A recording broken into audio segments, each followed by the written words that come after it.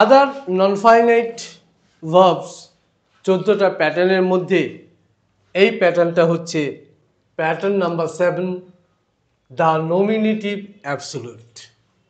আমরা কি আলোচনা করছি?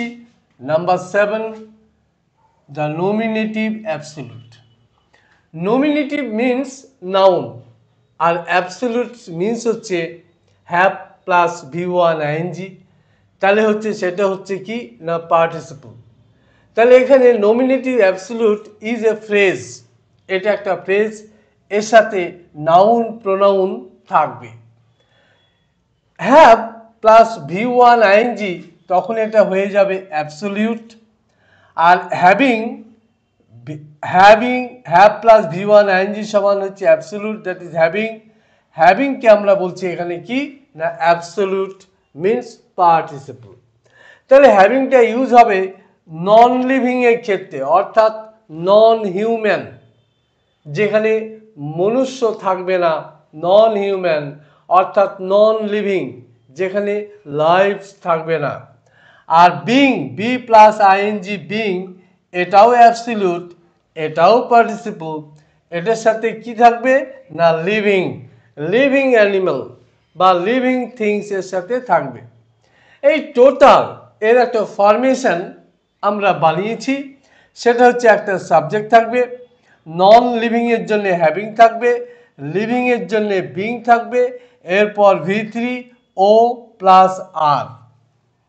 এরপর কি থাকবে? একটা ফুল ফেজ সেন্টেন্স থাকবে, ফুল ফেজ সেন্টেন্স, একটা কমপ্লিট সেন্টেন্স থাকবে, যে সেন্টেন্সটা কারোর ওপরে নির্ভর করবে না।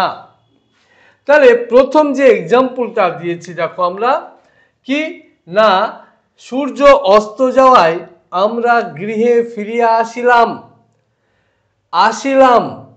সূর্য অস্ত যাওয়ায় আমরা গৃহে ফিরিয়া আসিলাম। দেখো, আমরা গৃহে ফিরিয়া আসিলাম, এটা হচ্ছে ফুল ফেজ সেন্টেন্স।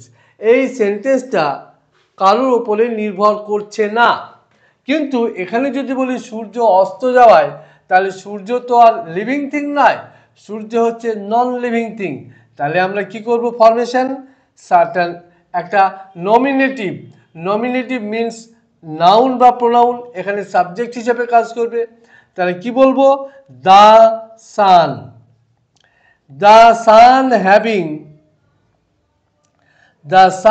হ্যাভিং সেট, কমা, আমরা গৃহে ফিরিয়া আসিলাম। উই রিটার্ন হোম, আমরা গৃহে ফিরিয়া আসিলাম।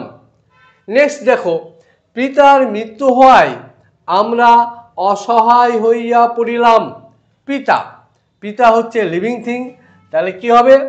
The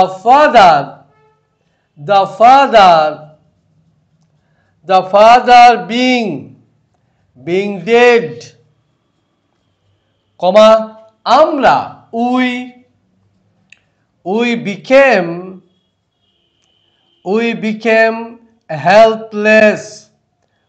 became helpless.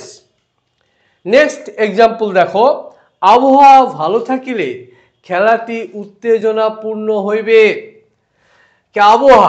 আবহাওয়া ভালো থাকিলে, আবহাওয়া এখানে ওয়েদার, ভালো থাকিলে তাহলে কি বলবো? ওয়েদার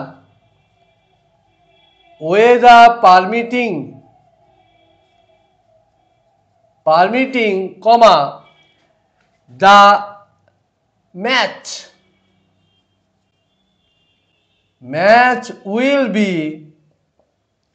will be exciting, উত্তেজনাপূর্ণ। তাহলে দেখো, এইভাবে যখন আমরা বিশেষ করে কি বলবো না হইয়া থাকিলে, হইয়া যাওয়াই, থাকিলে, এই সমস্ত অসমাপিকা ক্রিয়াপদের ইংরেজি অনুবাদে আমরা অ্যাবসোলিউট অর্থাৎ দ্য নমিনেটিভ অ্যাবসোলিউট ব্যবহার করে আমরা অসমাপিকা ক্রিয়াপদের ইংরেজি অনুবাদ করতে পারি।